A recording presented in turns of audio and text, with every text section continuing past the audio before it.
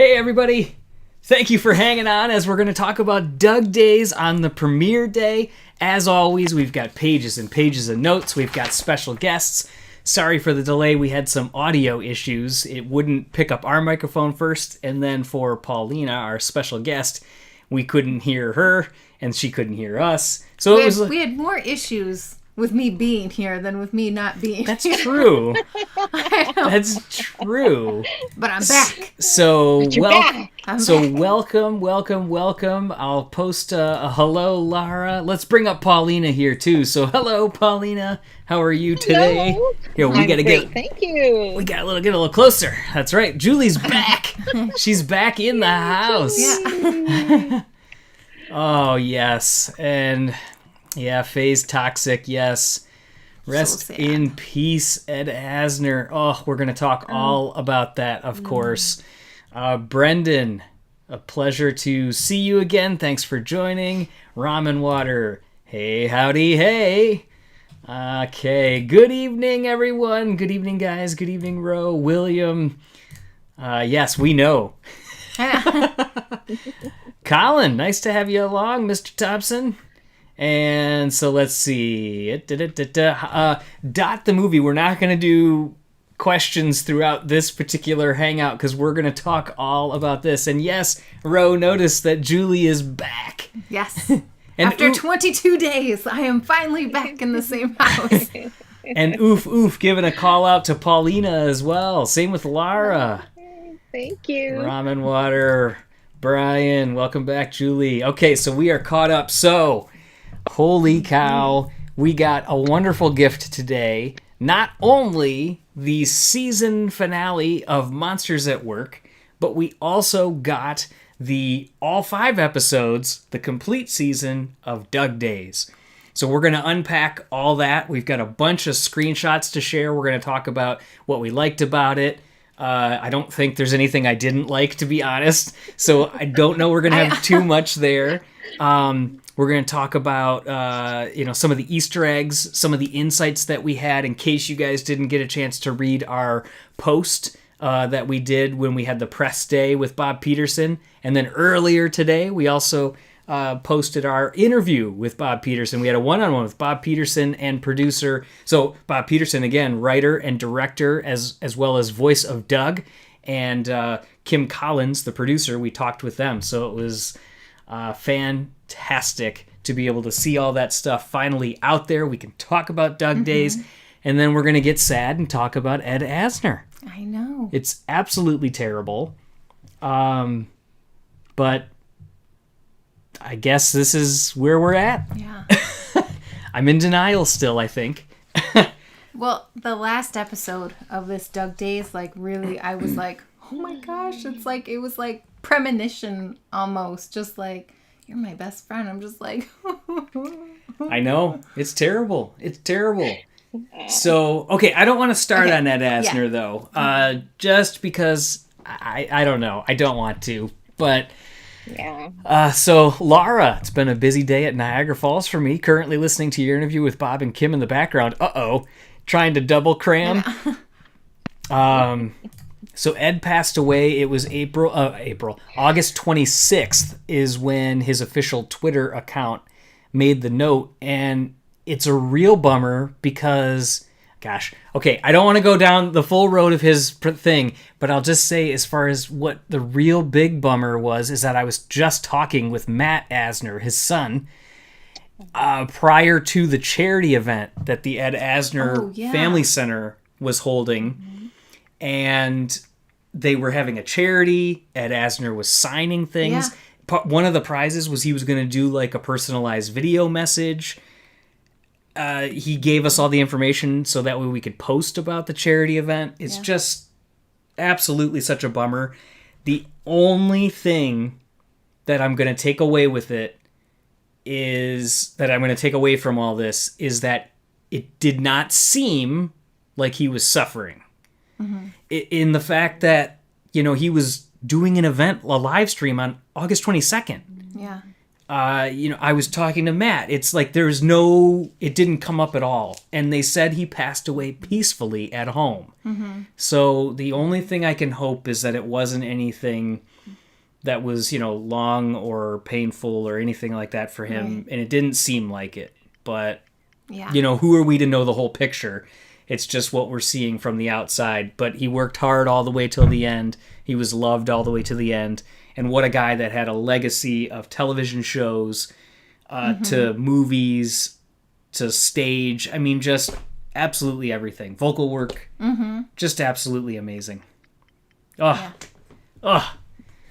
Yes, and I agree. Dot the movie. I can't believe it. Almost feels like Carl himself has passed away. It does. Yeah. It really does. It does.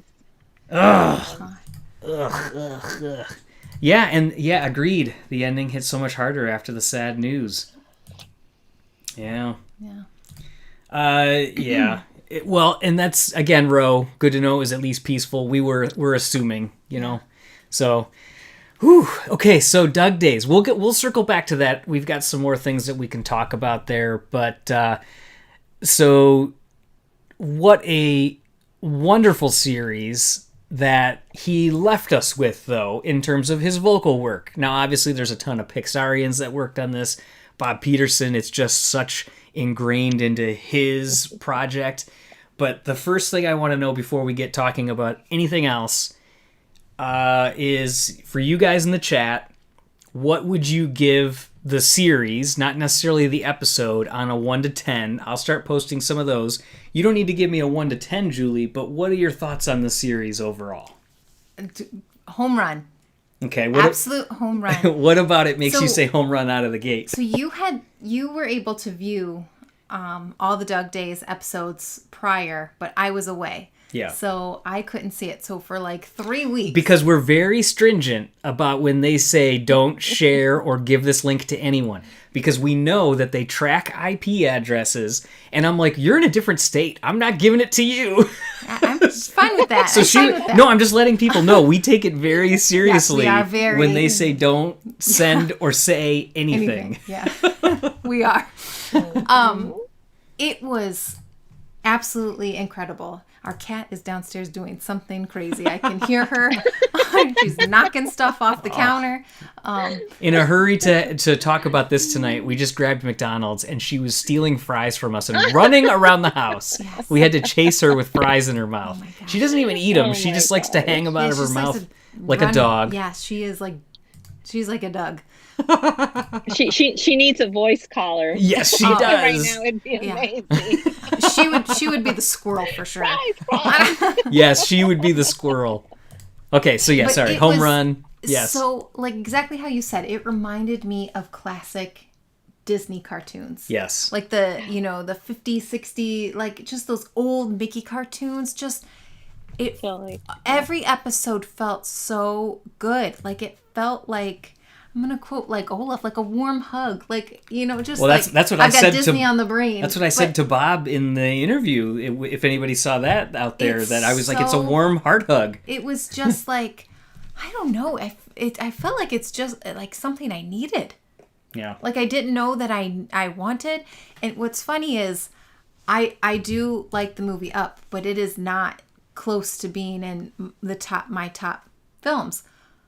But this changed me a little bit. Yeah. I have fallen in love with Doug. And I will say at the Disney parks, at least at Walt Disney World in Florida, they have tons of Up stuff. It's everywhere. Well, that's right. You did say that. So we'll talk. Actually, we're going to save your park talk to talk about not only being at the Disney parks, but merch and all that kind of stuff. If there's other little recap things that you were thinking about. Tons of Up stuff. But that is a good point to talk about now that, Wilderness Explorer stuff, Doug stuff, everywhere. Yeah. So I'm like, that's kind of cool. Yeah. It absolutely was. But I loved them. I really, truly loved them. And it's funny because we watched them today with our son. And Leo was like, well, they're going to make more, right? And I was like, maybe. Yeah. Well, okay, let's just get it out of the way then. Ed Asner's passing. Does that put a wrench into their ability to make more of these? Maybe they could splice. Well, I was thinking that Yes. it would be a great if they would do an episode where they deal with grief, right? And then Russell takes Doug, and then they can continue doing some episodes, but with Russell being the new owner, Well, they certainly but could, dealing with grief, especially since he's right next door. Yeah. Now they Exactly. would have to. Yes. His new To be daddy. honest, But I I'm not don't. ready for Carl to die Oh, in the I know. cartoon Me neither, world. but I'm a dog. I know. Oh. So the thing That's is, true. they could never recast. I don't think you could find anybody else that would Oh, get that's true. for Ed Asner that same tone. So you could do that. No. Yeah. You might be able to find another little kid like Jordan that had that voice. So we'll talk about his return to the voicing of the character, but you could potentially find another little kid, but that would be hard too because Jordan was so distinctive. Yeah, it was. Yeah. It's really True. not easy. So okay, Paulina, what were your thoughts on the series overall? Oh my gosh, a 10. A 10 plus. It was so much fun. Exactly what Julie said. It was like a throwback to the classic Disney cartoons where they were just so brilliant. You know, each one was just so funny and touching, and it was like perfect. The only complaint is that they were so short, right? You're like, Yes. oh, give me one more minute, maybe 2 more minutes. Doesn't It was just beautifully done, beautifully done. it also makes you want and wish that they would have done more now, especially knowing what we know with Ed. Yes. Now, Oh my god. And they were very clever. the shorts? Yes. Yeah. But you know what's funny is like not only were they clever, like when I was watching it, I was just like, oh my gosh, that's so genius. But then at the same time I'm watching, I'm like, gosh, that's such a simple idea. Yeah. But it was done masterfully, like the fireworks. And it's just like Masterfully. I was just like, Oh. oh my gosh, I was like getting into like the story and he's like singing. I'm just like, oh, this is very heartfelt. And then I'm like, uh-oh. I know what's about to happen here. But then like the chaos and stuff, such simple ideas worked in such a wonderful storyline for such a short amount of time. Perfection. Like Yes. absolute. Perfection. Perfection. They were awesome. Yeah. And it's like you could tell that they own dogs. You know, they have Yes. because this is exactly us who have lived with pets. That's exactly how they act, you know? It was like, oh, we wish we knew what they were thinking. I'm sure that's exactly what they're thinking, you know? It was amazing. It was just wonderful. I loved Yeah. it. Yeah. So Brendan is saying, I'm calling it now. If they ever do a sequel, the first 5 to 10 minutes will be an instrumental montage of Carl, Russell, and Doug, and it'll end up with Doug and Russell attending Carl's funeral. Ugh. So Dot the movie is asking, will there be spoilers? I presume you mean in this discussion, and absolutely. So if you have not seen the 5 episodes, you might want to walk away. I hate to say that, but you might. It's been 12 years since I saw Up, and all the dog business with Doug. It's suddenly it is suddenly all relevant. All too relevant now that I actually have a dog. Absolutely. So this came from an insight that we didn't put in the post that we wrote after we talked to Bob. That was kind of cool. Is this is Bob's? So he wrote all of them. Obviously, the story team kind of, as he said, plussed different things and did that. But this is all based on his personal experiences with And dogs. he's worked in the story department, There though. you go. Correct. So- Yeah, he's been a story guy. But he showed pictures of him with his dogs. He said the original voice of Doug came from how he imagined his real dogs would talk when he was younger. And he got his first dog the same way, like that in the puppies episode, where a neighbor just walked by with a box of puppies and kind of just showed like, hey, here's some puppies. Yeah. And so he got his very first dog that way. So it's Bob is really a dog guy, a big time dog guy, and you can absolutely tell. And so I asked him, I'm like, is there more of these? And he said we definitely have more ideas, more things that we could do. I wish this conversation could have happened after. I'm kind of glad it didn't, though. It would have changed the course of the whole conversation.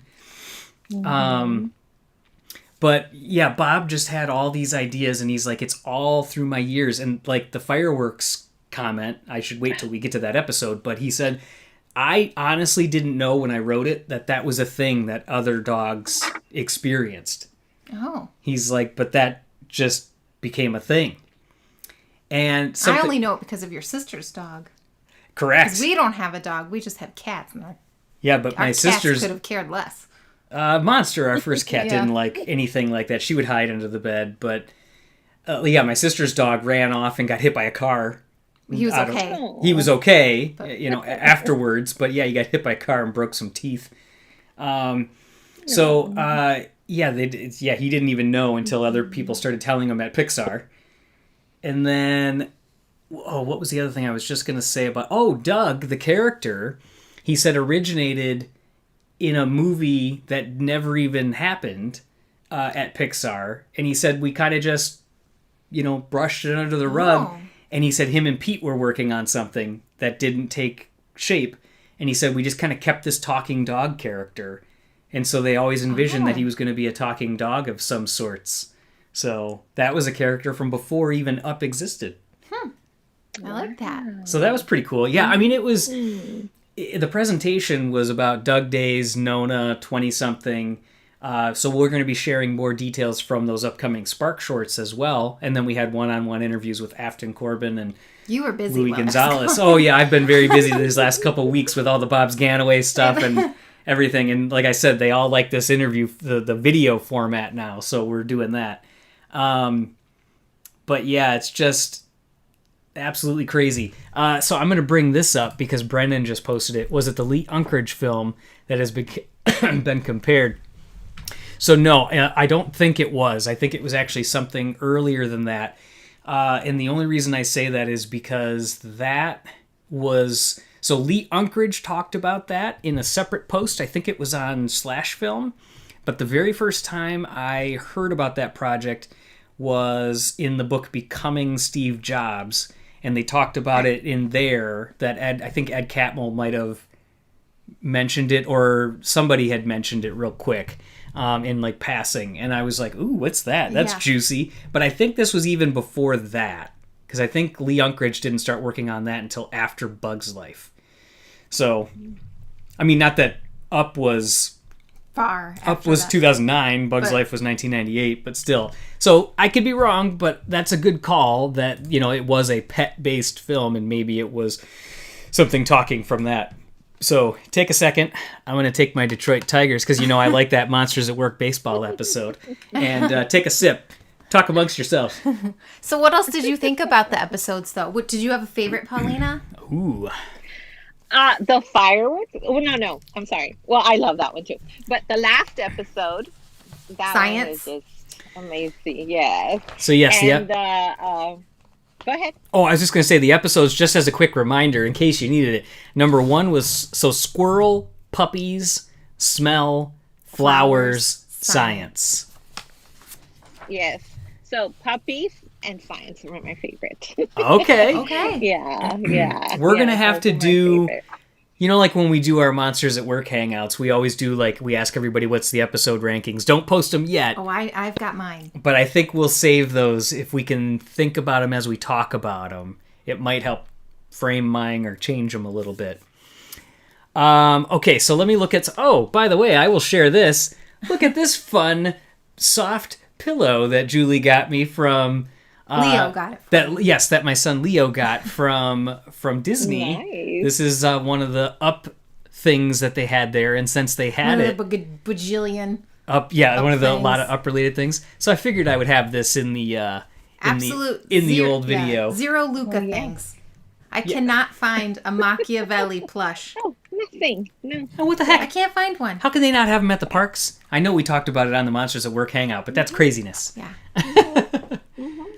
So Bobby Batiglia, I'll point out that Monsters at Work saying that today was the last episode, so good job Pixar, but that was Disney Television Animation that did Monsters at Work, that whole series. Join us tomorrow and we're going to talk about it. Yes, absolutely. Tomorrow night, this same time, 10 o'clock Eastern, 7 Pacific, we're going to talk about the Monsters at Work finale. Going back to what Laura was saying, yes, that they do not like them. And yes, we are going to talk about this. That is an Easter egg. And is it in the shot? Yeah, because darn, it's over there. I'll have to share it. Okay, so we'll get back to that. But Paulina sent us one, and it's right up there. Yes. Yes. I caught that too. I was all like, oh yeah, I'll be able to pull it up if I go back into our full screen mode. So I yeah. see that Bobby. There you are. Yeah. So there we go. Bobby used to live in Michigan, but now he lives in South. I was just in South Carolina. And we live in Michigan. Whoa. What the heck? Okay, so let's see some of the other things here. So we talked about, that it's just classic. Not only this amazing blend of the classic Disney that I told Bob about, but I said it's classic Pixar too. It's really the blending so perfectly of both worlds. Beautiful. And it was such good storytelling. I know I've been talking about, I just mentioned, storytelling, but even the beginning part, where they sell the Zephyr, the Zeppelin thing. Yes. And they buy a house, and it's just this cute house. And you see, Doug runs in, and then he just slides. It's just so cute. Yeah. So then So let's share that. Yeah. So... Yeah. Yeah, so the first thing, let me close some of my other windows here. Yeah, the first thing is that they've got the blimp for sale. They sell that. That gets them the house that they're going to look at houses, and they get this first Ultra Mod one. Mm-hmm. Who is that? Oh man, I'm going to forget it It's on the now. tip of my tongue. The but artist? Yes, because It's I just... Mondis... Yes, because I just helped with this at school because this was a huge... Mondique. Oh, so somebody in the chat, somebody in the chat will save us. Who does this style of art? Do you know, Paulina? No. Where it's the blocks. Okay. Right. So then we've got the cat house, and then we've got the spooky house with the witch. And then they find their perfect house. So in this particular one, we posted this in the post, but a quick little Easter egg / Mondrian. Mondrian. So yes, if you ever see this style of art, it's Mondrian. I'm Mondique. When you said the M, I was like, you're close. I was close. I'm always just a little off. So yes, so this particular house has an address of 333. The design of the house was actually based on Bob Peterson's grandma's real home, and it has the same address of 333 as his grandma's house. Aww. And then Carl and Ellie's house, in the movie Up, his other set of grandparents, he used their address, which was 18. Nice. So just some other fun facts that are out there. So yeah, so then we get to this wonderful craftsman, very handmade style looking home that they had. And we find out that Carl has a woodworking hobby now. And he made this amazing whirligig, which, how cool is this? That's amazing. Yes. I love that the eggs bob up and down. Mm-hmm. There's a real one that they made too that they showed. I knew it. And I was like, oh, come on. Oh, wow. Oh. So then you've got the hilarious part where he comes up on his chair and he's like, get off. So I'll show one of these Easter eggs now here too, and I think I have another screenshot of it. But if you guys remember, I posted this in the post as well. This frog that's over here is the frog that was the alarm clock, if you will, in Up, that ribbits in when they're waking up the first night that they're kind of camping when they're in South America. So that is one thing to notice out there. I'm actually going to come back over here because I'm noticing that Paulina is cut out of this particular screenshot. So when we're sharing, okay. So I'm going to do that. I'm going to do that. You could cut me out. No way. And then now when we screen share, you'll be there too. There. See how it works? I'm getting better at this stuff. So let's see. What else did I have as far as moments here, at least before we get into the actual show? So the woodworker. Oh, yeah. And then we can also talk about their character rigs real quick before we start diving into that, like our insights from episode 1. And with their characters, Bob talked about and noticed a few things that he said that Carl has been on this grand adventure now. So he's not the same stiff, grumpy guy that he was. He's more spry. Mm-hmm. So in his character rig, not only did they re-rig him, but he stands a little more upright now. He walks a little more confidently. He no longer wears his sport coat, and to show how relaxed he is now, Bob joked that he even rolls up his sleeves and lets it all hang out. So, I mean, gosh. And Doug also looks way more, like, floofier. Well, he's got a lot more color variation Yes. on him. Absolutely, especially in his paws. He shows a lot more dirt and, like, the gold variations and ranges. I know, it's like he's 11 years. Yeah, he's a slightly, at least I interpreted it as he was slightly less yellow. Yes. More goldy than yellow? Yeah. I don't know. Paulina, am I crazy? I agree. Okay. No, I agree. Yes. Okay. But yeah, so his rig and fur and simulation and everything got an improvement on there. And then we've got, of course, the tin, probably from when he was a kid, the spirit of adventure that's out there, the picture of Carl and Ellie. We'll talk about that camera in a minute there. But let me bring it back here for a second. Let me see if... we got Josh in the hangout tonight. Hey, Josh. And he's saying hey to Laura. Oh, because Laura said hey to him. Also pretty sure that butterfly is from South America. I don't know that, but we will see that. I wanted to come onto a mic and help you guys figure out his name, so thank you for the artist that you're talking about. I thought it was very interesting. Bob said in your interview that they decided to make a blimp a rental. So yes, thank you for bringing that up again as well. Yeah, Bob, it's funny when you're the writer-director how you can ultimately be swayed on things too. Because he could have put his foot down, but I mean, ultimately it's like, I see where you're going with it. He said that he wanted... People were debating whether it should be a blimp for rental or for purchase. And they said, ultimately, if we want to get it back for any future adventures, we could always buy it back or borrow it from whoever they sold it to. They're like, we didn't need to think that hard about it. Yeah. So, but isn't it funny that it comes up like that? That they think ahead like that? Yes. The universe of absolutely. They have to plan everything. Yeah. Yeah, as I roll back, everybody's nailing it. I know. Hey, that's okay. That's why we're all here, right? Hey, Luxo Jr., the official Luxo Jr.'s in the house. Yeah, Doug looked so fluffy. Carl feels even younger now. Just had to ban a post there. Don't post anything inappropriate. You're going to get banned, and not once. Straight from the channel. One-timer. Oh, so this is Jordan. So, hey, Jordan. Rose says the animation overall was just... Mwah! Chef's kiss. And it absolutely was. The animation was fantastic. Right.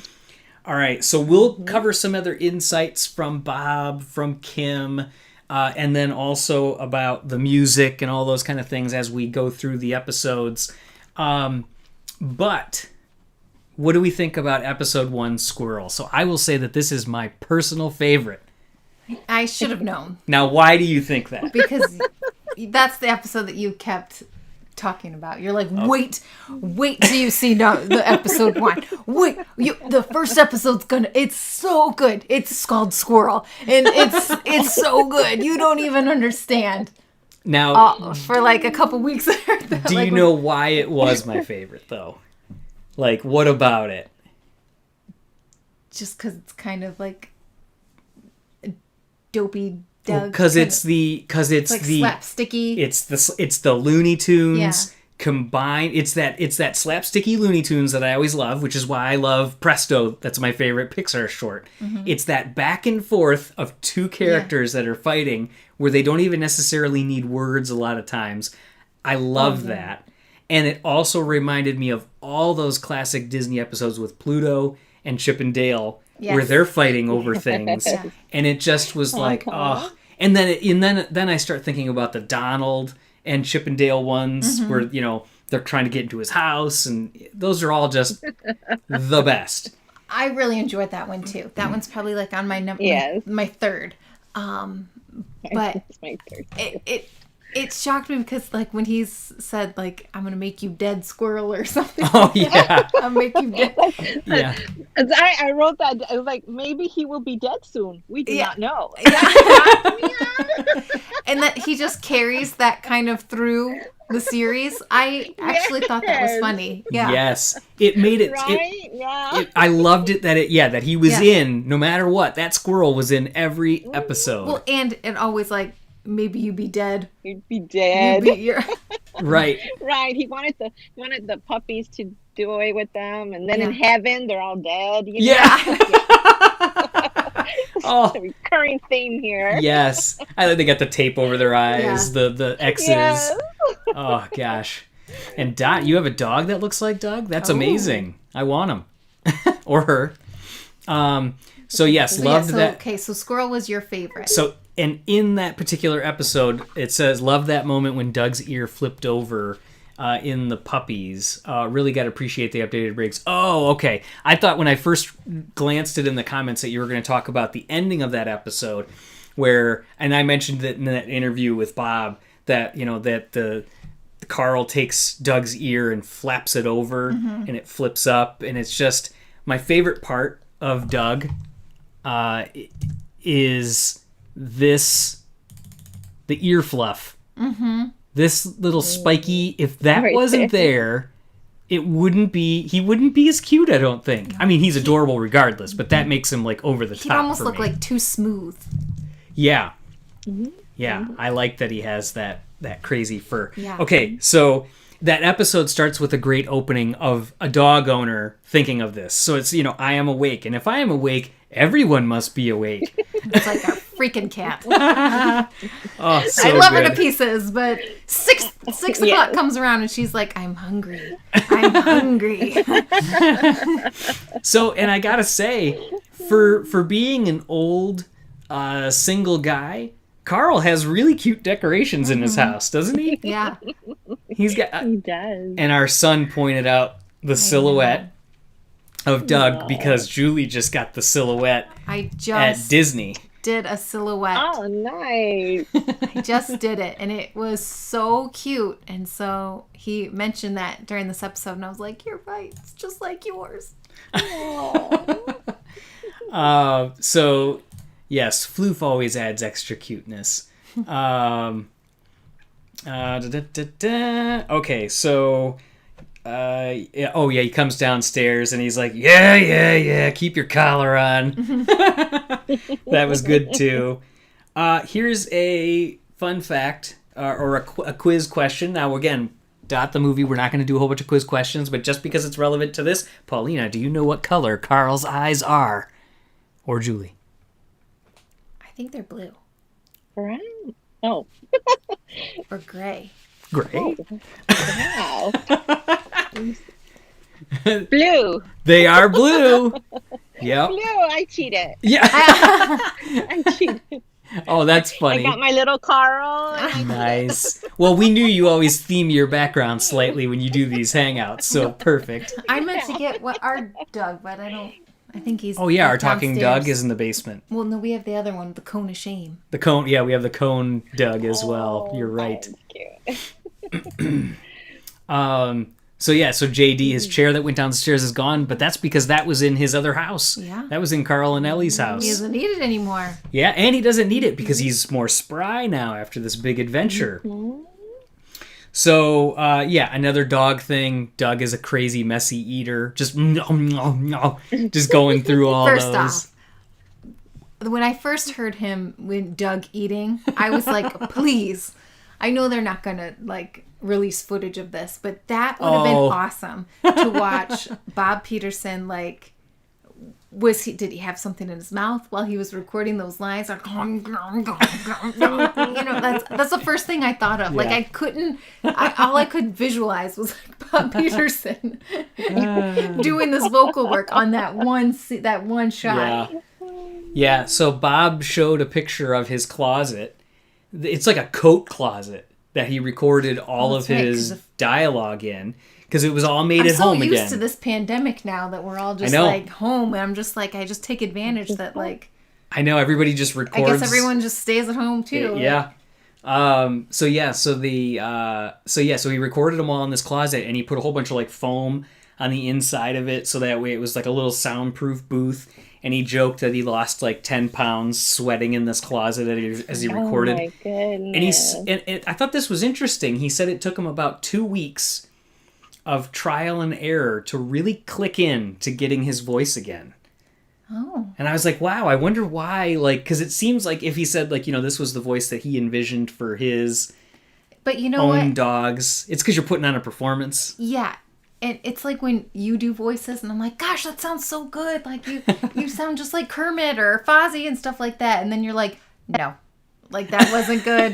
That's not good. It's like, I'm saying, was he being hard on himself a little bit, too? Yes. Like, getting back in the swing of things. Because you're always doing voices and stuff. And I'm just like, oh, it was so good. And you're like, no, it wasn't. That's funny. So, Doug, was he an Easter egg in Ratatouille? Yes, he was one of the shadows that was barking at Remy as he ran through. I love that the collar translator somehow knows to make Doug's voice sound muffled when he has something in his mouth. That's funny. Yeah, that's funny. Because absolutely, that is something that was there. So, Ro, I love that Carl was not as grumpy as during most of Up. It can be annoying when sequels' new material disregards the development that characters have in movies. So that was cool. Yeah. So, I remember you told us this story when you met him at D23. He did the Doug voice for me. Oh, that's cool. I saw a clip where he was working off a bit of the rasp. Oh, from playing Rose Roz. Well, that would make sense too. Well, didn't he talk about that? Yeah, we talked about that during one of the Monsters at Work ones, that he can only do that for like 10-15 minutes because it just tears up his voice. And clever technology about that is really funny, especially with like the peanut butter. Yeah. When he's licking that too. Peanut butter. Yeah. So, okay, Doug's fur. The sun is the tennis ball. I love that anything circular is like a ball. A ball. This will take the hot away. When he puts the this is where I take my baths, the little pool. So, and then Joe had talked about the squirrel's design. And so the squirrel's movements and everything, Bob had talked about that the squirrel's movements, they could be a little more literal with it because they were being more human-like with Carl and Doug. Mm-hmm. But the squirrel still, has, the jerky movements. Well, that's why he's being more realistic. Yeah. Oh, okay. But he was being more realistic with the movements, and so that way it would play off of, more humanoid dog versus actual squirrel. I forgot to mention earlier, but Doug calling Carl. Oh, gosh. Oh, Papa. I was going to say that. Yeah. Ugh. So good. My dog Miles, it's stuck when she eats peanut butter too. Yep, that's another classic dog thing. Mine gets stuck when I eat peanut butter. I tried it on my dog. It was funny. Little dog. My little Doug loved it. Okay, so yeah. Squirrel! And this is where it's classic Disney too, where Doug is going to get the seeds, and as he's trotting out with the bag, the squirrel comes out right behind him, and the music is like... It's just, oh, yes. That's just so good. The other thing... And then he was like, I feel bad. Oh, but I also want squirrel dead. Okay, so hang on. So I'm going to talk about one more thing before that. So the acorns falling out of the tree. So Doug gets up there. Oh. yeah. The acorns falling out of the tree was, again, classic. Classic. Holding them back, trying to stop them. And I want to know whoever had to do the audio for this had their work cut out with them. With all those plinks and tinks and Yes. hitting the sewer grate, hitting the tree, and Doug, when he would hit the branches, going brrr, brrr, brrr. So good. So that ties in perfectly with the music. So Bob had said, and this was also in that interview that we posted, that he said, everything is super exaggerated for Doug. Like if he sees someone trying to take a sandwich, like in Science, it's the music is even bigger than it would be if someone was going to try to take a sandwich from us. But I absolutely love what Andrea Detzman and Curtis Green did on this, because there's Now, little... Who are they? So I'll circle back on that in 1 second. Because that part where the squirrel has given up and he's going to go in Doug's mouth, I was going to share a screenshot of it, but I don't even want anybody to see it, is just boom, boom, but it's like this death march. Yeah. Like he's just like, I've given up. I am straight going to my death and I understand it. Lifts up his mouth, closes him in. And then, yes, where you said with Doug, where he, here I feel bad. Yeah. Yes, he's got all the emotions. So, okay, so Andrea Detzman is one of the collaborators that Michael Giacchino works with. So Kim had mentioned that they had talked with Michael Giacchino. He's got so many projects right now, but he has, because he is such a prolific and not overutilized, but just busy. Overbooked. That's what I'm trying to think of. Musician. Andrea Detzman, who works very closely with him in compositions, was able to take what he had done on, Up, and translate that to become its own thing. So the intro music is great because you're immediately put back in with the classic Michael Giacchino in the intro. And then once you hit the new world, it's that blend that an associate of his knows really well how to pull off. But then she brings in Curtis Green to do some more of like the jazz and piano elements. So that way it, changes it up even a little more than she might be used to. So I thought the music was absolutely wonderful.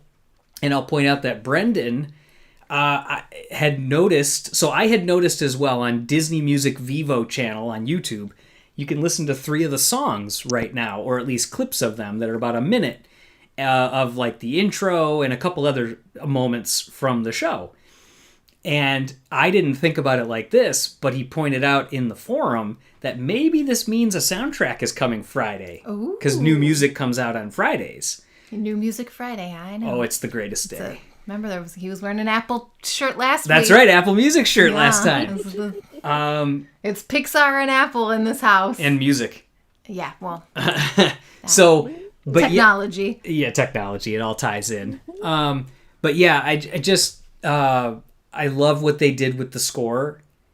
Again, it ties into, it's the perfect, but everything about this I'm going to say is perfect, because it's that perfect blend of the Michael Giacchino. It is. And the perfect blend of Pixar and the perfect blend of the classic Disney cartoons. It is. Like the happiness. Yes, I absolutely love it. Yes. Anything with the music stand out for you, Paulina? Any moments or anything like that? Or just that it brought everything up a little more? It just brought everything up. Absolutely. The intro itself, it just immediately connects you to it, like you were saying, and it's just like, okay, I'm all in just with the intro itself, Yeah. Actually, when the intro started, I thought I was already starting the little series, right? Yes. Episodes. I did too. I already thought, and then when it was like, oh my gosh, that was just the intro. I know. Oh my goodness. I thought the same thing because it was so good and cute and like storytelling. Exactly.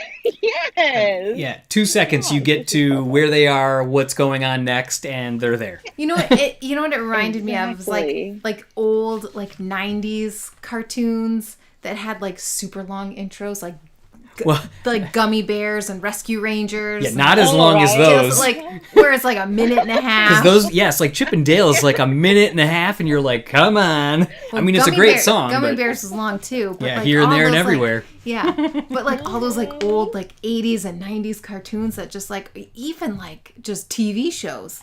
Yes. Think of like Full House. You're just like, come on. Oh, yeah. Whatever happened to predictability? So I cannot believe I'm saying this right now. This is called me not doing my homework again, but this is the power of the chat. So thank you, chat. The soundtrack is now available on Spotify and Apple Music then. So this is embarrassing for you. Shush.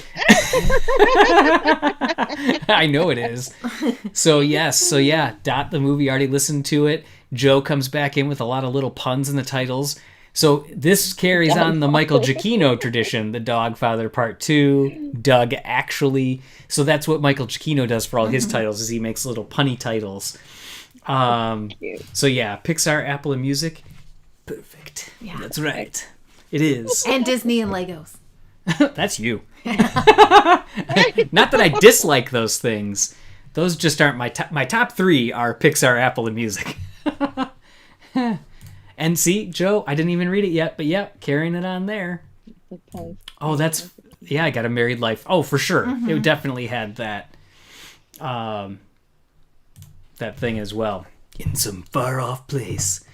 Okay, so anything else that we have from Squirrel? No, that's my number 3. No, That's your number 3? That's my number 3. Oh, my. That's my number 3 too. High five.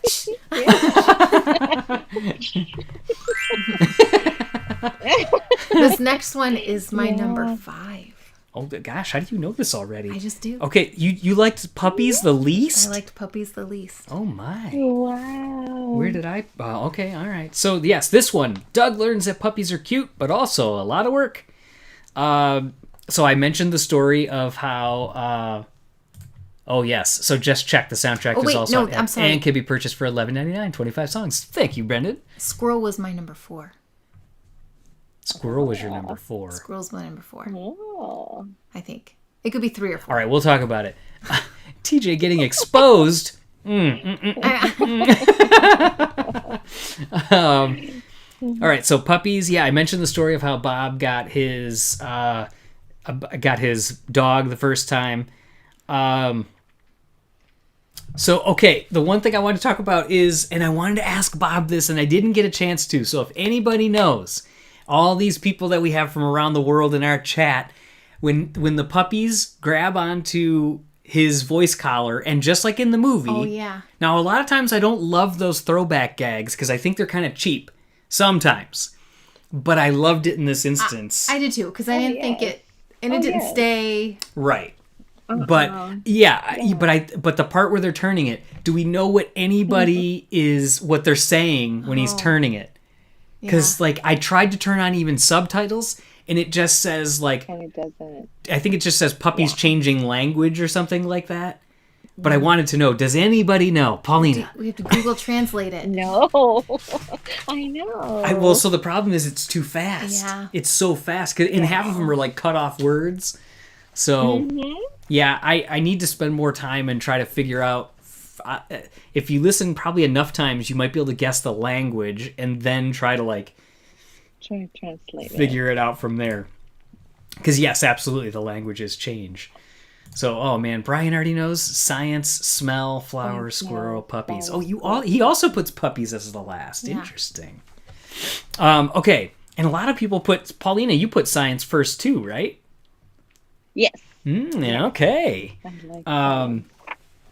Okay, so then the puppies running rampant over everything. What else? What do you think about the puppies episode? Anything that stood out for you? I loved all the episodes. Now, like when I'm ranking these, Agreed. it doesn't mean anything. Agreed. It's just how it's like ranking Pixar movies. The worst is still good, Right? Or the worst pizza is still good pizza. Yes. Yeah. But I did love my favorite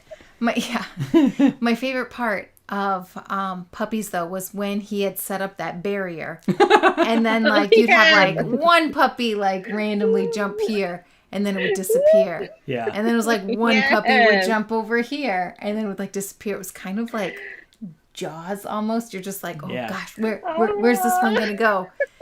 And then that they were all like scared of the squirrel, and then they kind of came together. I like that. Yeah, it was a cute, like, he had to, like, just And then give when he him- gave away his toy, every single episode at the end, I just wanted to cry. I don't... These are like 5 minutes long, and I'm just like, already. It's like at the end.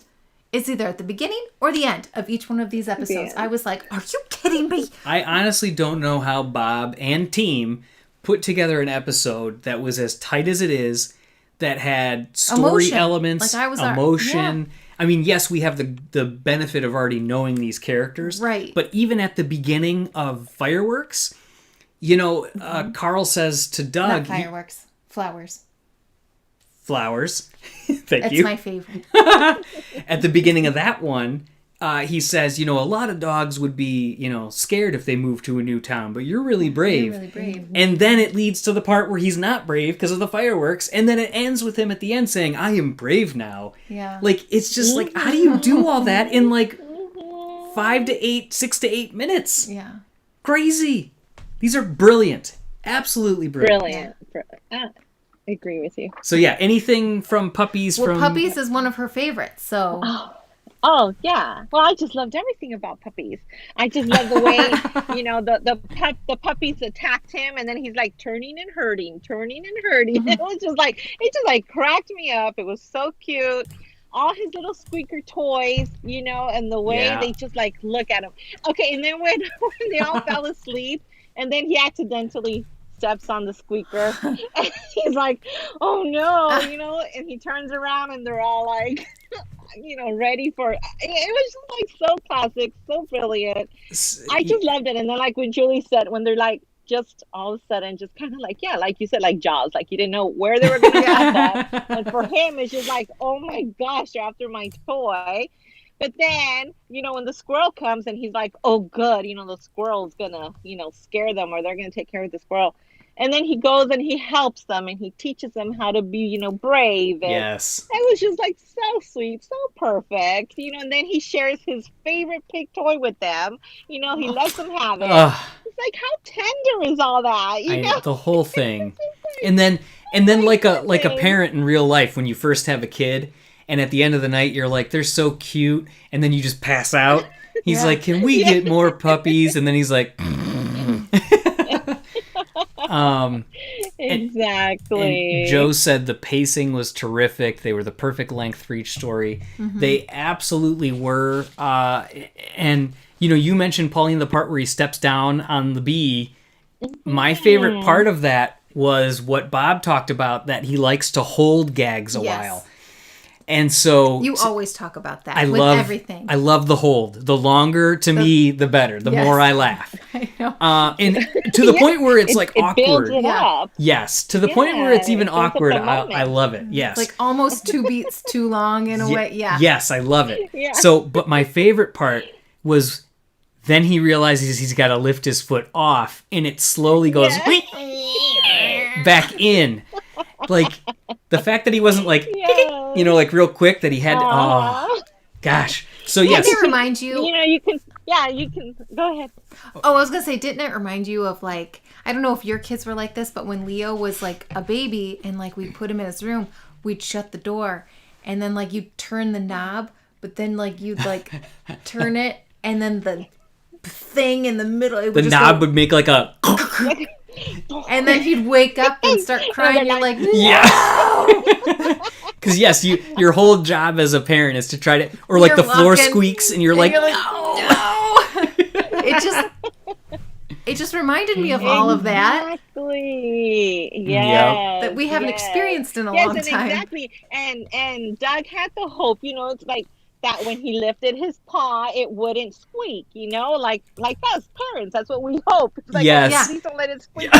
And then it does. It's like, oh, we're saving this, you know. And he immediately knew he was going to turn back, and they're all awake again. You know, it was just so classic. It was Absolutely. beautiful. I loved it. And I got the parent vibes too, like when when Carl brought out the puppies to the outside, oh, wake up, I want to play with you. Because that's how, like, I was with Leo. Like, when he was a baby, it's like, oh, you finally get him to sleep. Wake up.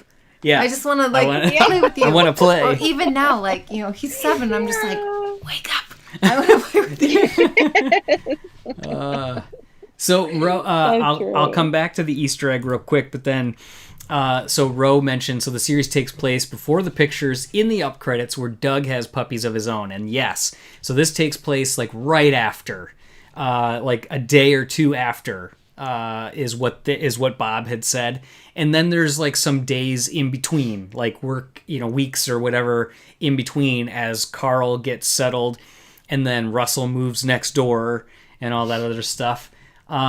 Brendan asked, why do you think they released all 5 at once? I asked that question to Kim, and she had said, well, they're kind of shorter. It was only 5, so it didn't feel like a full series. Now, I didn't keep pushing and say, well, some of those Forky Asks the Questions were like 3 minutes, and they released those one a week. But I think that was That's probably... true. I didn't think about that. Yeah. But I think that was probably because it was the very beginning of Disney Plus, and they were really trying to stretch out and get people to stay, for a while. So I think that it kind of turned into Doug Days. There's 5.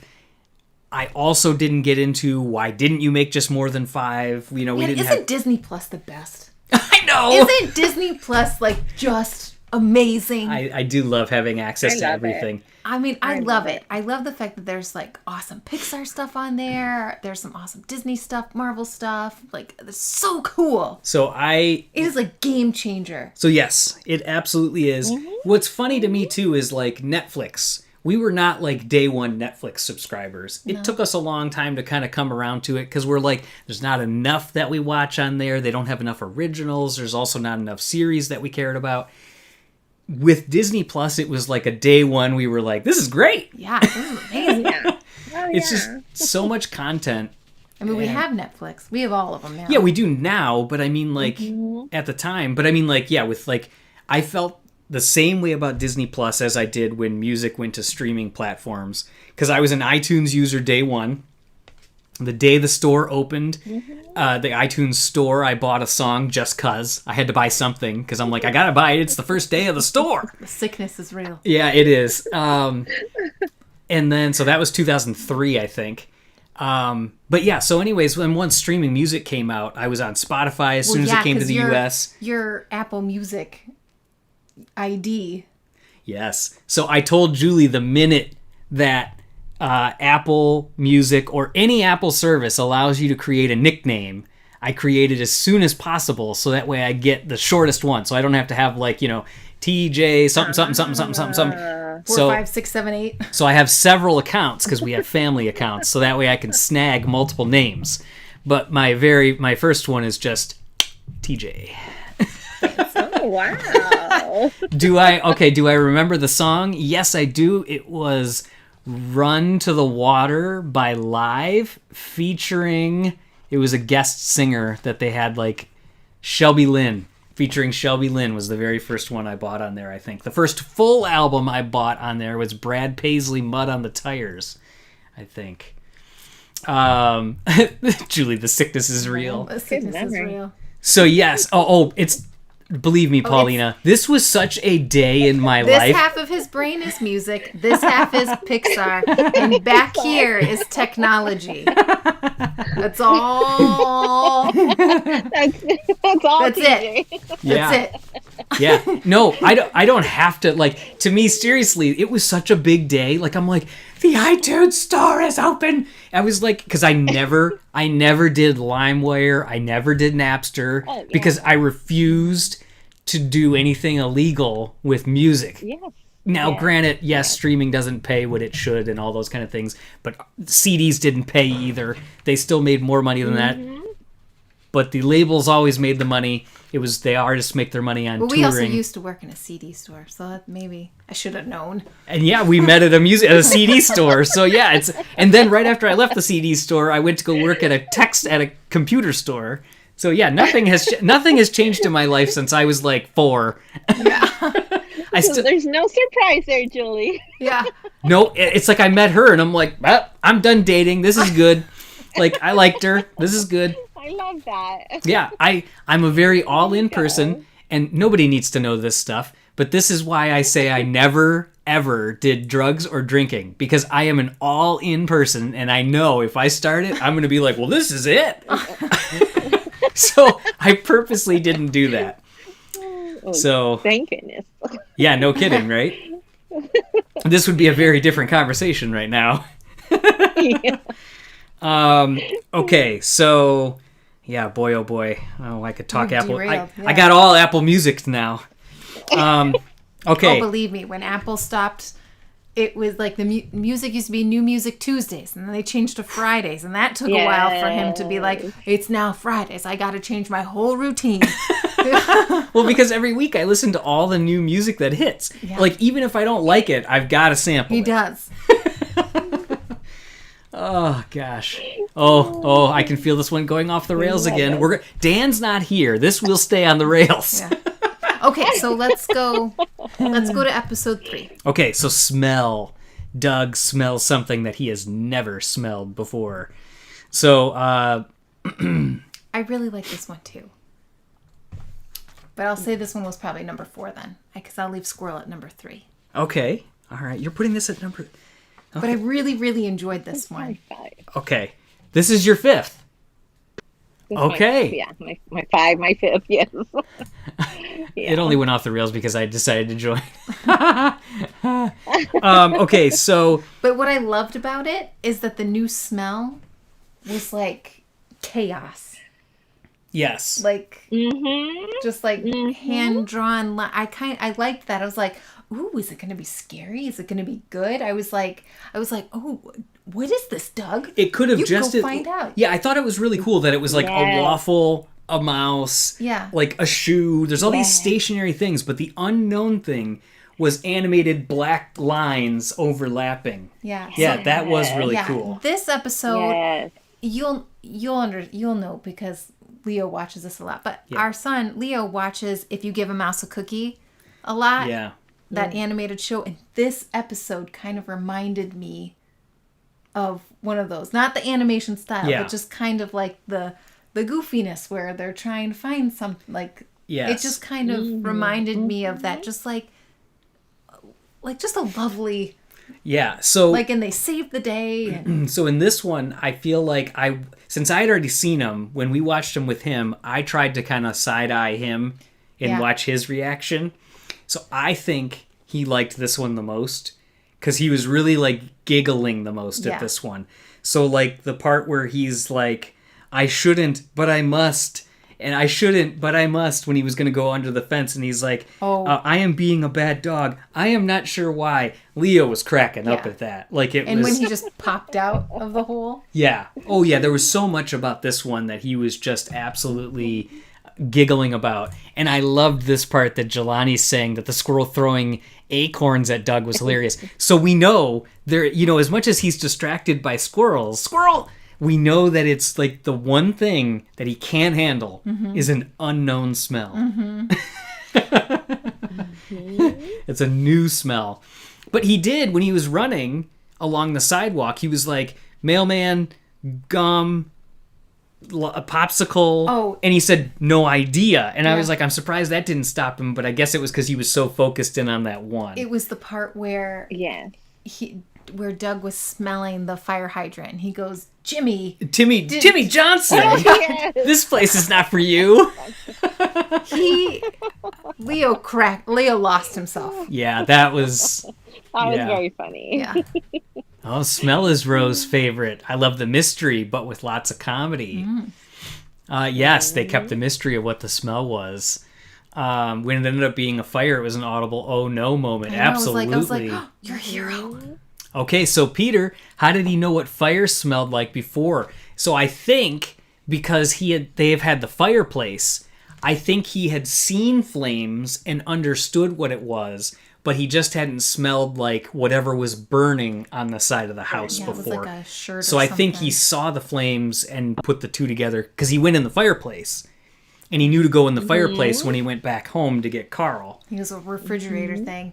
Not supposed to know. He just knows when he sees it. No, I think that was the reason. Okay. Oh, yeah, smell was my favorite. Love the visualizations. Yeah, Julie's... Exactly. So we were talking about getting off the rails. That's why I came back. She couldn't handle it. A secret message to Dan. Dan, if you're here, we still love you. We get to know a little more about TJ, and I'm feeling... Yeah, there's a lot of kookiness here that's in this thing. So I flapped my titles here, but I put the wrong ones. So there's a Easter egg that I think we can talk about real quick. So gosh, I wasn't even showing some of these.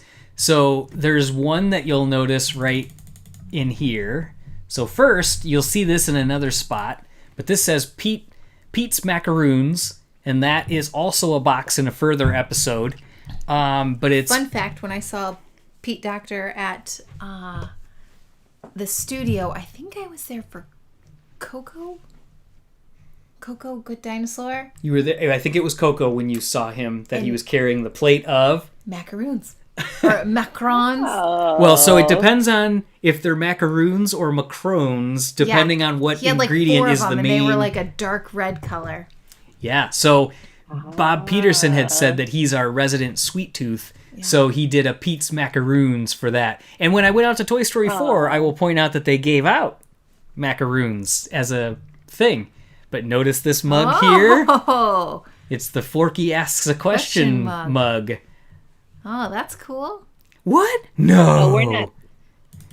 Are you showing it to us? Oh, sorry. Thank you. We were seeing it. Yeah, we're seeing it just fine. I don't know what you're not seeing. What? No. Yeah, it's the Forky Asks a Question. What? No. So that mug is hidden up there, which makes sense since it's a Bob Peterson project. Love that floor. Mm-hmm. Oh, the floor, yeah. Shiny. Yep. Everything, just the design of everything. This is why we love the Upworld so much. The design is so good. It literally reminds me of like Fisher-Price. Does it? Yes. It does. Yeah. Like when I used to envision myself in those, the house that folded out. Yeah. That came across, and just the blocky furniture. Perfect. That's what it reminds me of. Yeah. What kind of tree is this, Julie? A tall one. This is an oak tree. Okay. Okay, here's a funny thing. The final Jeopardy question, like a couple years back, I was watching the final one. They literally showed an image of this. Actually, it wasn't the final, but it was like one of the like $2,000 ones. It was like, what leaf is this? And they're all like, and I'm like, oh my God, get your face out of a book. Sometimes. I'm not saying like, that's a bad thing all the time, because I read a lot of books too, and you call me nerd all the time. But in the good way, I'm one too. Of course, yes. So, okay. Oh gosh, we missed this real quick. I'll point it out. So we've got this particular star here again, which is one that Paulina had gotten for us at Pixar Pier. It's a plush that goes right up here. Look at that. Yep. Just pointing that out real quick to show the connection. I didn't see any other connection to any of these other ones. Did anybody else? Mm-mm. Puppies are super cute. Look at the puppies. I know. Especially with the toes. Doug's fur ears. Yeah. Okay, here's the Pete's macaroons again. I liked that the paper is special report dogs everywhere in the puppies episode. And then this one with the fire as well. I tried to figure out what's going on with this Warren Street. And I was like, did Andrea Warren or Andrea Warren have anything to do with Up or Doug Days? And it did not appear that she did. So the only thing that I could find is that there's a... Oh, where am I in this one? The score mixer? Yes, so Warren Brown was the score mixer, who was also the musical editor for Coco. So that's the only thing I could kind of think of that was in there. But the collar coming off, That was obviously I like the line that Carl says, you know, what is someone trapped in the old mill? So a Lassie reference. And I love his little hero dog. Oh. Yeah. And of course the squirrel throws a nut at him as he's like, I bet you wish you could talk. So then we get to the flowers, which I again flapped my notes. But I was actually going to say too, how stinking cute, this is dark for sure, but how cute is Carl all dressed up in his 4th of July and Doug with his little wagon with the flags. I know. So perfect. I know. So then you can see the Forky Asks the Question mug again. Mm-hmm. And then that's the next one. The dream. Yeah, so that's the dream sequence. So, okay, was this like Fantasia or what? It reminded me of like Winnie the Pooh, Dumbo. More Dumbo vibes. Okay. What vibes I had Fantasia vibes. Yeah, especially with like the flowers kind of like marching after him. Yes. It's like the Alice in Wonderland Dumbo vibes. You're right, it is kind of like, because the Alice in Wonderland, doesn't the Alice in Wonderland have that kind of like black lighty vibe? Yeah, man, those flowers in Alice in Wonderland were mean girls. Yes. The hero dog is becoming a Funko. Yeah, as we talked about, there's tons of Funkos, tons of them. Funkos. Yes. And the mug breaks again in flowers, absolutely. Yep, so Fantasia. It's cool though, but what we're saying is that it's throwing back to all those classic Disney things again. You know, that it's giving those total vibes. But yeah, I loved all those crazy, kooky, the flowers surrounding the black light kind of vibe. I would love to know how they lit this. Yeah. Do they have a black light rig? Beautiful. They must. Or something that they can mimic. Yeah. This one was my favorite one. I guess it was just unexpected of what was going to happen. I just thought it was very heartfelt in the beginning, and then it's like, wait a second. Yeah. Flowers in the sky. I know what's happening here. Yeah. And then like the chaos of just like, I just enjoyed it. And then just like can't calm down, and then just like climbing on your face and the squirrel on my face. Yeah, there was a lot. The black light azaleas also gave me Moana vibes. Okay. Has anybody been able to unwind what Carl says during that scene? You know, I didn't pay close enough attention to it. So yeah, but squirrel on my face, dream sequence, with the hydrants, as Paulina said, the dead squirrels, the terrible smells, the vet closed forever, which is just the best. Yeah. And then this part with him chewing on this, if anybody didn't see that interview with Bob, it's great. He talked about the fact that the animator brought back this version first, where he's like, and he did the voice, like chewing on it. And he said, he gave him a couple notes, and he said, Bob said, I fell out of my chair laughing so hard at how he animated this. He said the animators are just wizards now, what they can do with all these characters. But then he said he brought it back, and it was too polished. And so he said, like, no, you got to take it back to the way, you got to dial it back to the way it was, because even though it's not as perfect, it was so much better with, like, his teeth and his crazy eyes and everything. Yeah. So good. That's funny. The vet closed forever made me wheeze. It's exactly what I think that my dog dreams about. This their dreams. Absolutely. Okay, so I got to come back to this real quick. I'm going to post this again because I was on a different screen. So Carl backward speak is his warning about not rolling in the stink plate again. Now, Joe, how do you know this? Did you actually record it on one of those like play it backward apps, or how did you do that to know it, or did you just recognize it, or do you hear in reverse? Do you hear in reverse? Maybe he trained himself with the Beatles, the I Am the Walrus and all the other things. It's Always Sunny. Yeah. Oh yeah, the ending of the It's Always Sunny episodes. Okay, so then we get to then we get to science.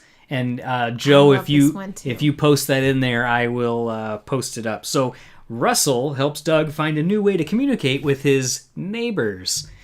Okay, Paulina, you said this is your favorite. What is it about this one that made it your favorite? Oh my goodness. Because there was just so much, right? It was like first Russell's little intelligence, trying Yeah. to put this together to make the other animals speak, and then the way he was able to, make the collars just latch onto them. It was like, oh, here's Russell at the best Boy Scout not Boy Scout, Wilderness Scout thing. So that I love that Russell was there and how much, he was in this episode.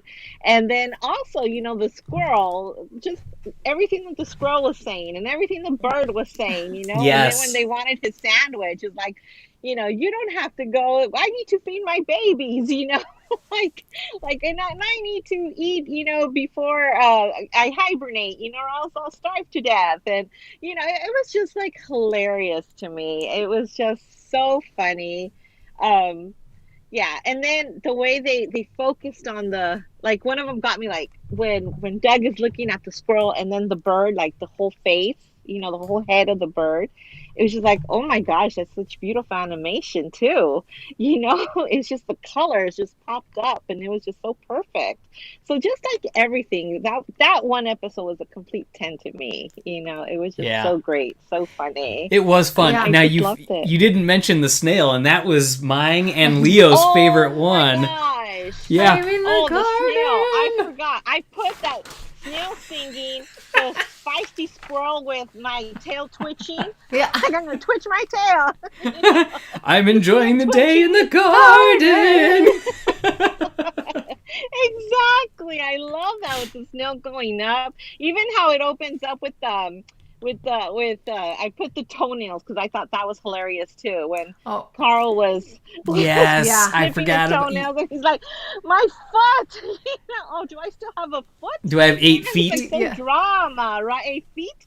Yeah, it was just like so funny. It just made me crack up. I thought it Yes. was all beautiful. The animation, everything was just so great. Well, yeah, absolutely. The animals were we got to see the squirrel in the other episodes, but now we got to see the squirrel, all the up close of the bird and everything.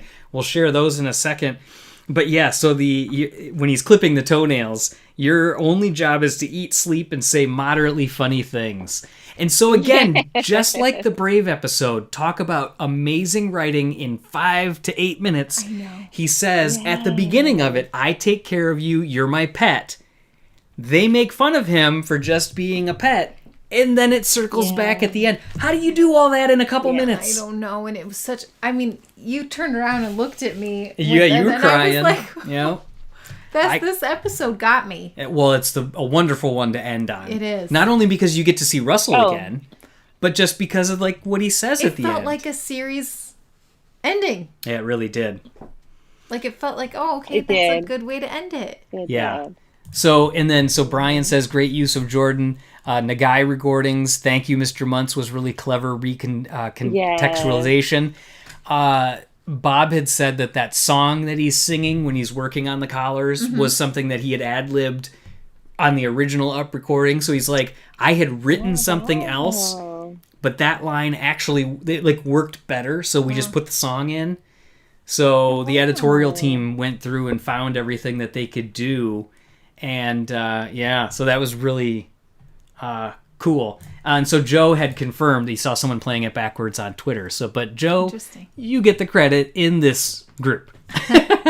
And Laura, thank you so much that your face camera blocks off the comments whenever you pull up a screen share. Usually I don't put comments up when I do that, but just in case, I'll put this up now. I moved us to the top. So thank you. Yes, definitely let us know anytime those things come up here. Because we always want to know those things to make it better for you guys, right? You're watching along, and I can't think all this stuff. And Julie's like, she's got to be thinking about what she's going to say next, and she's reading the comments. She's hitting me under the table, going, next one, back one. Keeping them on track. The fly talking. Oh yeah. Oh, That's- yes, that's thanks to right. those That was funny, translators. too. We finally heard a bug talking again in a Pixar production after 20 years. And somebody else, why is this the only episode Russell is in? Because of just the limited amount of dialogue that they were able to get. Plus, the premise of the story is the fact that it's the view of how Carl takes care of Doug and how Doug takes care of Carl. Doug, Carl. And yes, Jelani coming in with the great fun fact that Jeff Pigeon was the fly as well there. That was funny. Didn't he just I'll say be on your sandwich later. Yeah. Something like that, Yeah. right? Oh, yeah. I'm going to land on your food later. So I like the fact that Doug says, "Oh, kitty litter." When when they're going to come after his sandwich. There's 2 points in this where there's Western, duel or showdown kind of music. One is when you talked about the puppies, when he creates that barricade. Yes. It's like the duel showdown. In this one, I thought it was the best use of the music when you got the blue jay, the squirrel, and him, and it's they're doing the walk around with their hands on the hips, waiting to pull out their guns. It's like Tombstone over here. It was Tombstone, absolutely. Yes. And usually when they do that, you'll hear the hawk screech or something like that. But in this, they use the blue jay screech. Mm-hmm. So it was I loved that Western feel that was in there. Mm-hmm. And and then they show they always do the B-roll shot in a Western before that, where they do the wide shot, and there's something like a saloon door swinging that's squeaking or something like that to show that the town's empty, and they went and cut to the whirligig swinging, and you can hear the and the I was yes. I absolutely loved it. Excuse me. So yes, the ending absolutely put a tear, I think, in everybody's eye. Oh, I know.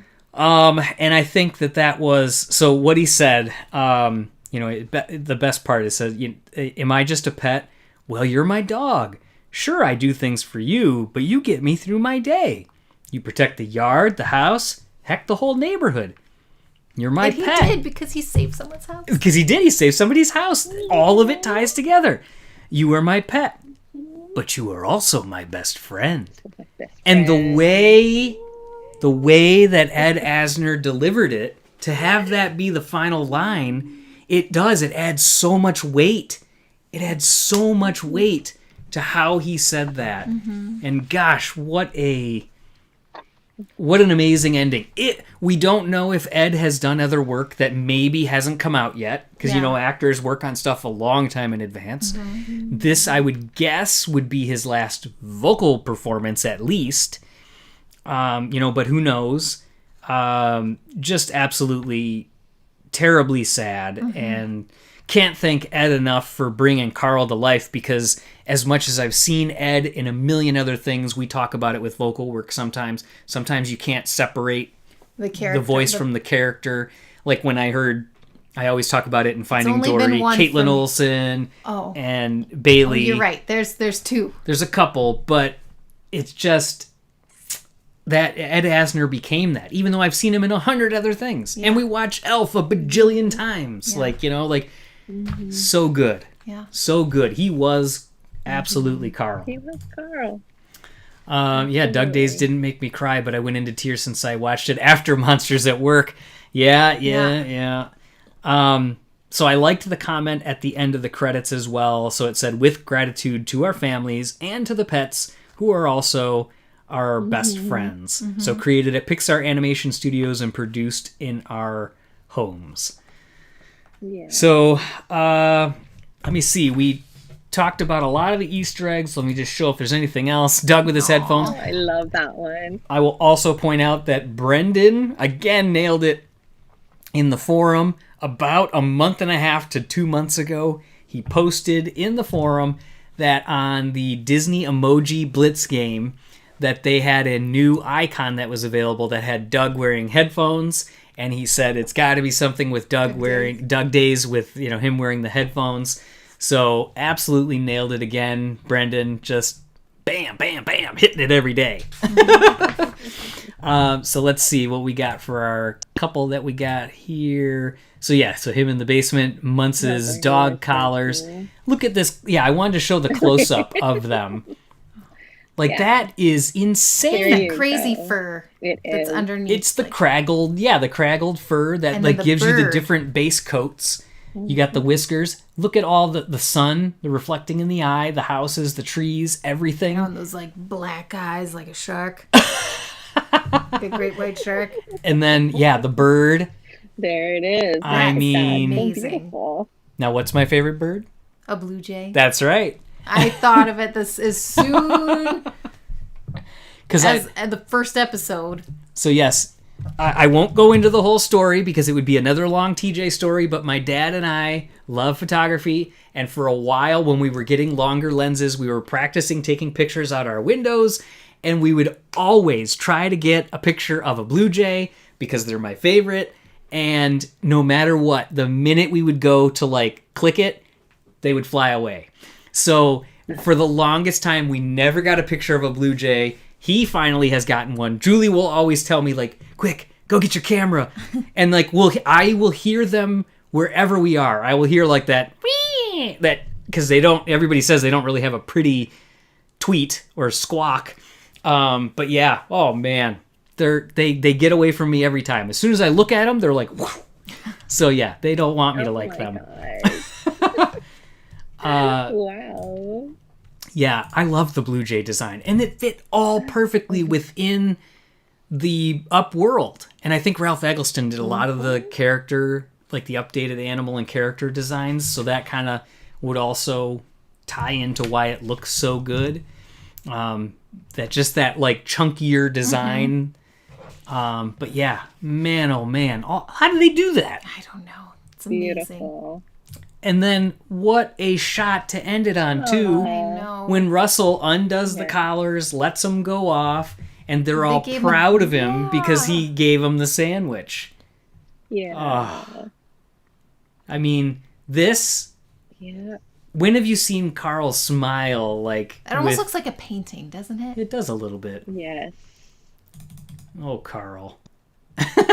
How do you not love Carl? I know. Look at that. I forgot to talk about, I loved how he changes his suspenders. Like when it was the 4th of July when he had red, white, and blue. You can't mess with cute old men, can you?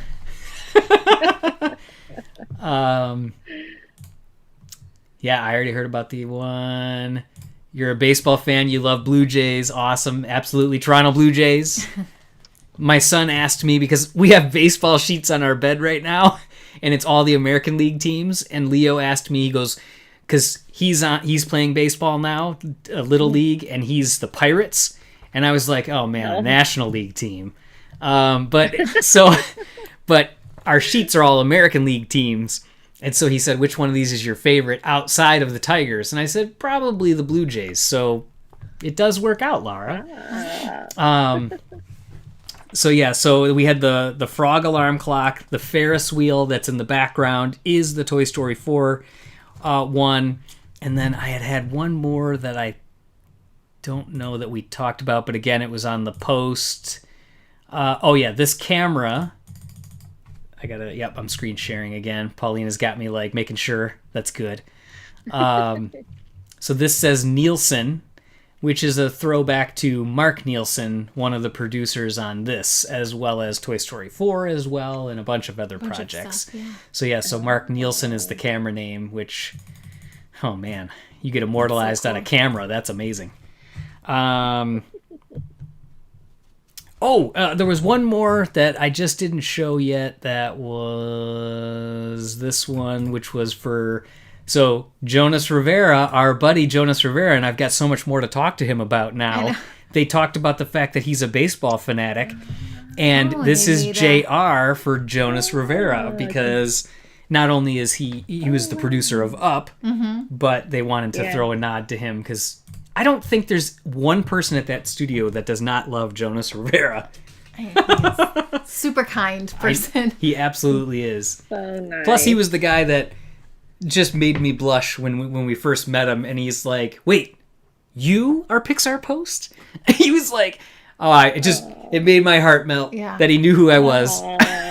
You were Well, so sorta. he knew the name. Sweet. But yeah, smiley face. I think that's it. My order of the episodes is squirrel, then smell, then flop. And I liked smell because I liked the craziness of like everybody was saying, like all the comedic stuff and the unknown that was coming. So squirrel, smell, then puppies, then science, then flowers. Wow, flowers is my first. I know it's my and you didn't like squirrel as much. That's your fourth or third or fourth. Yeah. Who knows? Again, they're all great. Yeah. Yes. So Dot the Movie, feel free to throw in your trivia question that you had about Nemo. We'll go ahead and pull that up here. So yes, we'll see what else. But any other thoughts on the episodes that you had, Paulina, that we didn't touch on, or just overarching? No, I think we covered it all. I mean, each one was so great. Like we said, each one was funny, but each one had a little tender-hearted moment. They did. It just, like you said, like I sat there and I was just like, wow, like Bob Peterson is amazing. Yeah. To write it, to direct it, to voice it. It was just like, oh my gosh. Yeah. I only wish that there would be more, also. Yes. It was so good. It was I so truly great. hope that there is some way that we can get more. I mean, I really do. And I don't want to sacrifice, like if Bob really had these, as they said, the heart of it was about Carl and Doug and Carl. Yeah. Yeah. If it gets away from that, I don't want it to move away from what Bob wanted to do, because this was his relationship with dogs realized. So, yeah, and yes, if it had aired a little earlier, I mean, if he would have died, if he would have passed away earlier, they could have, and probably would have thrown something in the end credits as well. So yeah, there's lots of variation, as we see with Monsters at Work and everything. I mean, that's why everybody's different. So yeah, science, flowers, puppies, smell, squirrel. Good. Squirrel is your least? Oh, Lara. I thought I knew you. Just as you're like, it's good that everybody's different, and you're just like, what? Well, because Lara and I are often on the same page. I'm just surprised. I'm not saying it's bad. You're right. It's not bad. Everybody's entitled to be wrong from time to time.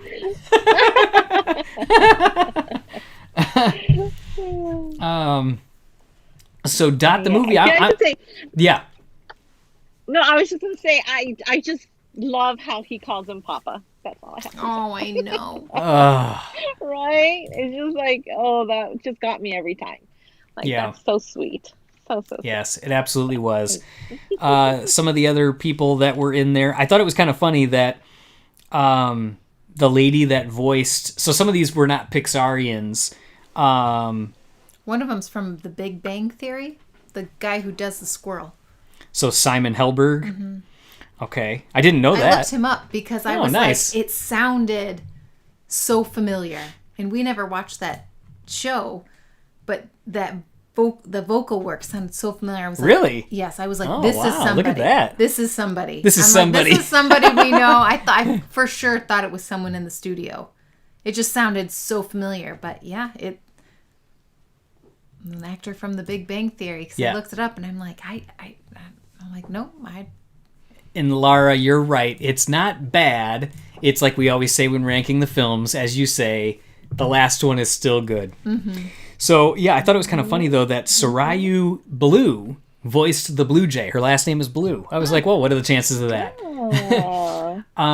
And so Dot the Movie, I'll humor you here because you were excited about this Easter egg, so let's see what it is. In the scene where Darla is having her disastrous dental treatment session, when Nigel flies into the office, you can briefly see for half a second blink, or you'll miss it. There's an egg on the roof. Do you have any idea what it may be? I do not know. If anybody else has it, we can think about that. While we're coming up with that particular one, Brendan is asking, what do you think Bob Peterson will work on next? Is he sticking with short form Disney Plus series?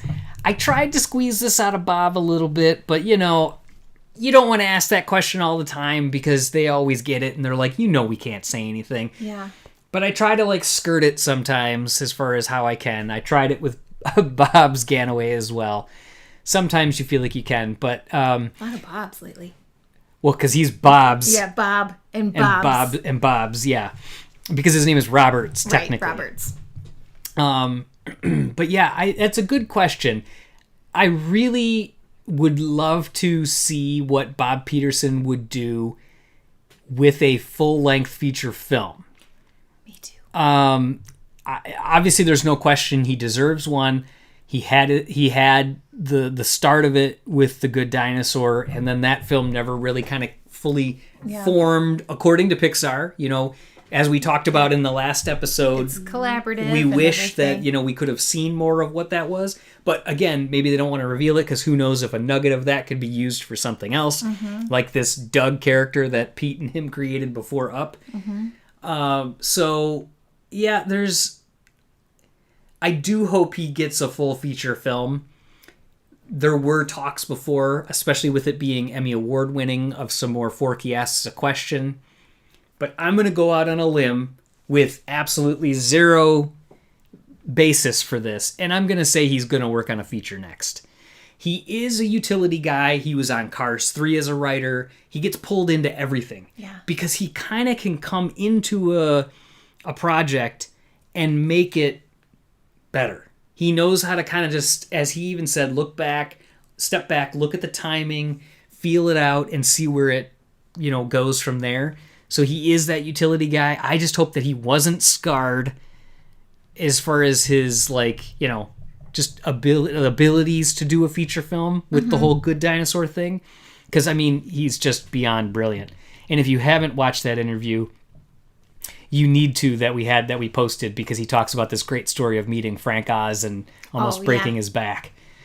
Okay, so no one seems to know it. There's a poster on the roof. If you pause it, there are images of Mike and Sully doing various things. I will definitely go back and take a closer look at that and see what it is. So do we think, is it like, so that way when Darla's having her work done, she's looking up at the ceiling? Maybe. Like my dentist used to paint like clouds on the ceiling. So you'd be like, you're like, ooh, I'm in a cloudy ceiling. It's like nothing. You can paint whatever you want up there. It's still a dentist. You're not going to relax. Yes, true. And yes, I think it's only a matter of time until we see a feature. He's not... I'm not saying he's old. I'm also not saying he's young. He's not old enough to where he's like going to be like, late 60s, early 70s, like where he's going to be thinking about retiring. But he could. He's been at Pixar since the very beginning. He could still feel like, I have done enough. You never know. Mm-hmm. You never know, but I hope he never leaves because I love Bob Peterson. Me too. Gosh, yes. Yeah. He's not allowed to leave. Yeah. So, all right. I think that about covers it, right? I think so. Okay. Yes. Well, thank you to everybody in the chat. I'll wait a couple more seconds as we roll up here. Be sure to check out and get ready for tomorrow, as we also will be talking about the finale of Monsters at Work, talking about all the gritty details from that particular episode. But then also, if you haven't checked out our part 1 or part 2 interview, which is, I think it's like 45 minutes for the first one and like 30 for, and I had to cut those down. There was some stuff I had to cut out because I couldn't share it. It's a little too much or something like that. So yeah, that interview with Bob's is not only just about the show, but it's about great directing, storytelling, character creation. It's literally like a mini class on working together as a team, creating characters, writing story, all that stuff. It is really good. And I'm going to probably take snippets of it and use it in other things as well, because it was really great. It was really great. So, Joe, I'll see you tomorrow. Is one of the Monsters of Monsters Inc. One of the Monsters of Monsters Inc. and Masses at Work. Thank you, Connor. And then Dot the Movie Season 2. Yeah, we told Bob's we have our fingers crossed, and that's the section where you'll see some stuff get chopped out in the interview. But it's not a hint. It's not a hint. It's just because I was getting... Or is it? No, it's not. Because I was getting... The PR came in and told me I was getting maybe a little too speculative, and they didn't want it to seem like it was or was not. So I was like, okay, I get it. So I agreed. I backed it off.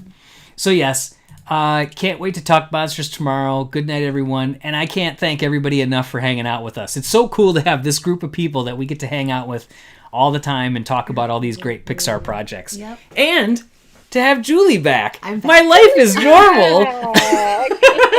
Yay. My life is normal again. So yes, bye everybody. We'll see you next time. And in the meantime, you know what to do, right? Right? You're going to say it. No, say it. No, you say No, it. say it. No, I'm not going to say it. Be sure to stay tuned to PixarPost.com all week for the latest Pixar news. Bye. And thanks, Paulina. Yes.